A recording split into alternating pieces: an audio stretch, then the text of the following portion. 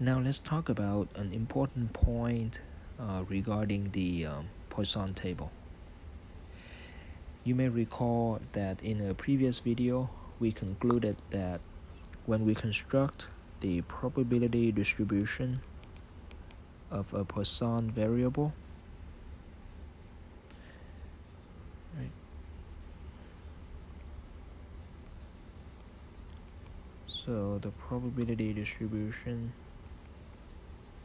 of a Poisson variable, the table essentially continues forever, right? So you may have 0, 1, 2, then we have 10, and then we have 1,000, and so on and so forth, right? And you have the corresponding probabilities for each of these numbers, right? So the table continues forever. So the natural question to ask is, for example, when the mean number of occurrences is 1.2, why does the table stop at 9? Okay. Here's the idea, the answer to that question, actually. Right? So the idea is as follows. When the mean number of occurrences is low,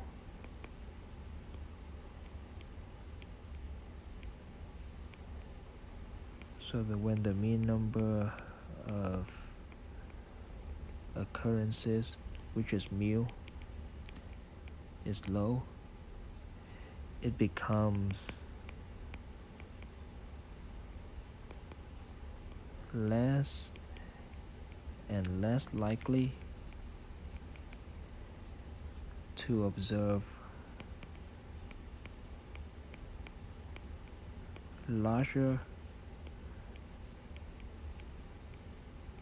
and larger number of occurrences.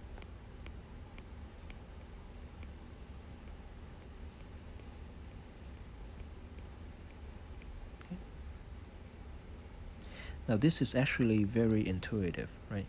For example, if you are an owner of a restaurant and you only expect 1.2 customers per hour, you wouldn't really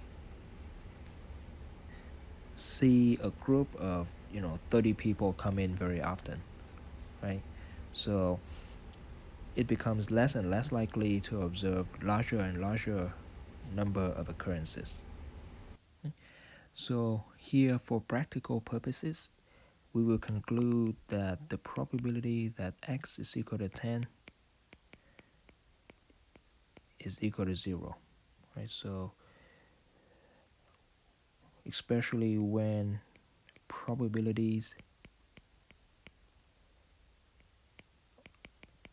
are rounded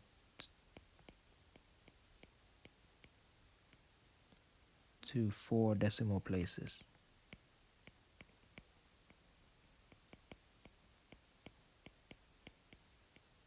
Okay, and so the same thing applies to the probability that x is equal to 11. So when x is equal to 11, the probability of that happening is also 0 for practical purposes.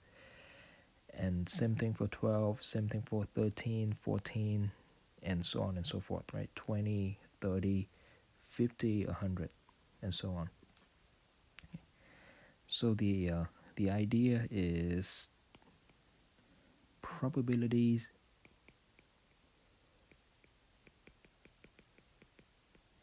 get smaller and smaller,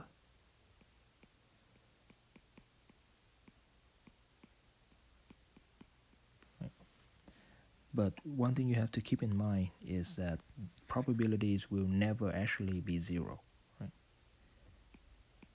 But never equal 0. Okay? So it may get really, really, really, really small, but it is never 0.